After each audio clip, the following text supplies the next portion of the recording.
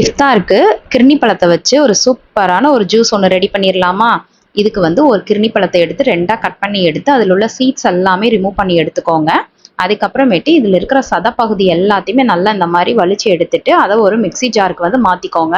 Next இதை வந்து நல்லா ஃபைன் பேஸ்ட்டாக அரைச்சி எடுத்துக்கோங்க. இந்த மாதிரி தான் இருக்கணும். அடுத்து வந்து பால் காய்ச்சி எடுத்துக்கலாம். ஒரு 1/2 லிட்டர் பால் வந்து காய்ச்சிக்கோங்க, தண்ணி இல்லாமல். அப்புறமேட்டு ஆற வச்ச பாலில் வந்து ஒரு 2 டேபிள் ஸ்பூன் வந்து கஸ்டர்ட் பவுடர் சேர்த்து நல்லா மிக்ஸ் பண்ணிவிட்டு இந்த பாலுக்கு ஸ்வீட்டுக்கு தேவையான அளவுக்கு வந்து சுகர் சேர்த்துக்கோங்க. உங்களுக்கு வேணுன்ற அளவுக்கு நீங்கள் சேர்த்துக்கோங்க. கிர்னி பழத்துலேயும் ஸ்வீட் இருக்கும். அதுக்கப்புறம் நம்ம ஆல்ரெடி வந்து மிக்ஸ் பண்ணி வச்சுருக்க இந்த கஸ்டர்ட் பவுடரையும் அதோட சேர்த்து நல்லா மிக்ஸ் பண்ணி விட்டுக்கோங்க. நம்ம அடித்து வச்சுருந்தோம் இல்லையா அந்த கிர்னி பழம் ஜூஸையும் அதில் நல்லா மிக்ஸ் பண்ணிவிட்டு கொஞ்சம் வரும். அந்த ஸ்டேஜில் வந்து நீங்கள் என்ன பண்ணணும்னா மில்க் மேட் ஆட் பண்ணிக்கோங்க. ஆப்ஷனல் தான், இல்லைன்னா ஸ்கிப் பண்ணிடுங்க. ஸோ இந்த மாதிரி உங்களுக்கு திக்காக வருது பார்த்தீங்களா? இதுக்கப்புறமேட்டு இதை ஒரு பவுலில் வந்து அப்படியே மாற்றிடுங்க. மாற்றிட்டு ஜவ்வரிசி வந்து நான் வேக வச்சு எடுத்து வச்சுருக்கேன். விசிலுக்கு ஒரு 2 விசில் விட்டு எடுத்துக்கோங்க, நல்லாயிருக்கும்.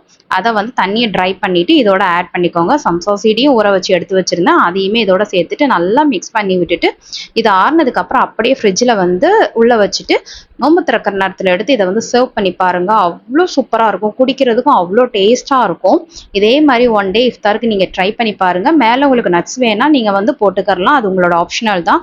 செம்ம டேஸ்ட்டாக இருக்கும். இந்த வீடியோ பிடிச்சிருந்தா சேவ் பண்ணிக்கோங்க. எனக்கு சப்ஸ்கிரைப் பண்ணி சப்போர்ட் பண்ணுங்கள். தேங்க்யூ.